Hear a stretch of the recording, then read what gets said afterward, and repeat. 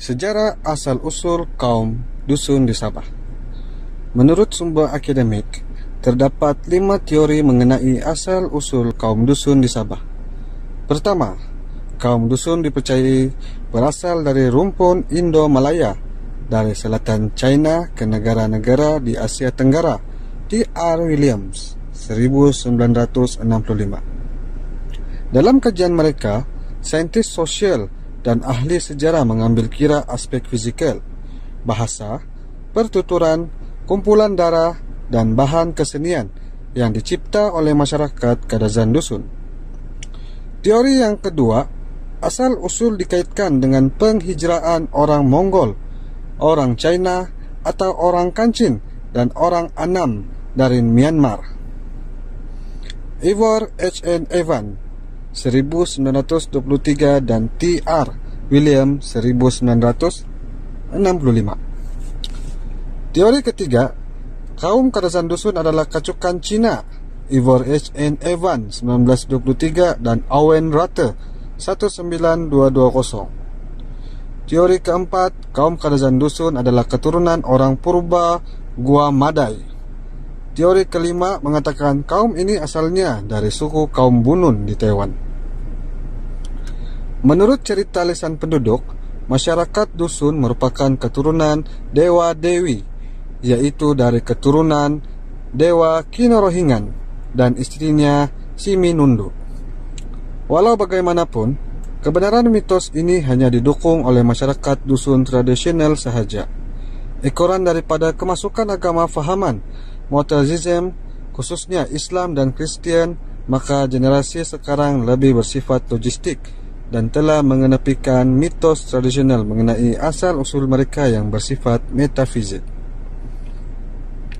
Sejak kemasukan koloni pada tahun 1865 dan tersebarnya fahaman Hizm di kalangan masyarakat dusun sejak tahun 1970-an, cara hidup orang dusun mula berubah. Namun demikian, masih terdapat khazanah-khazanah berharga yang masih utuh dan tidak dimakan zaman.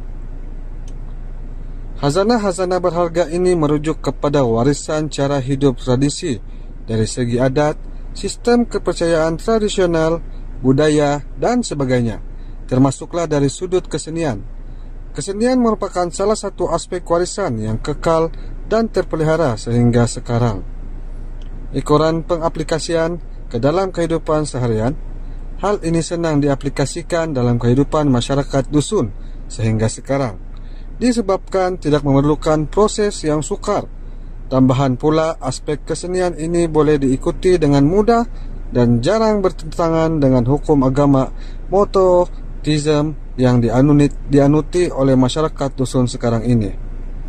Kumpulan etnik yang terbesar adalah suku kaum dusun yang merupakan 1/3 daripada penduduk Sabah. Suku kaum dusun yang tinggal di pantai barat seperti Penampang, Papar, Tuaran, Kiulu, Tamparuli, Tengilan, Kota Belut dan juga di lembah bukit di Ranau, Tambunan dan Keningau adalah petani tradisi yang menanam padi sawah dan huma. Sesetengah daripada mereka memburu serta menangkap ikan sungai. Mereka kebanyakan bertempat di sekeliling kawasan lembah pantai barat dan kawasan pendalaman. Lazimnya masyarakat daripada sub-etnik yang disebut di atas adalah berasal mendiami daripada kawasan-kawasan daerah tertentu, terutamanya Kimaragang di daerah Kota Berut, Kota Marudu, Lotut di daerah Tuaran, Orang Sungai di daerah Kinabatangan, Sugut, Paitan, dan Pitas. Kebanyakan orang Kadazan dusun menganuti agama Kristian dan terdapat juga mereka yang beragama Islam. Bagi orang sungai yang tinggal di daerah Pitas, mereka menganut agama Islam, manakala daerah-daerah lain seperti Kinabatangan, orang sungai turut menganut agama-agama lain. Masyarakat Lotut, Suang Lotut turut mendiami kawasan pantai barat selatan negeri Sabah, terutamanya Tuaran, Tamparuli, Telipuk, dan sedikit di Kota Belut, Tampasuk. Mereka secara kolektif dengan mendiami rumah panjang yang mengumpulkan beberapa keluarga. yaitu antara 150 hingga 200 orang.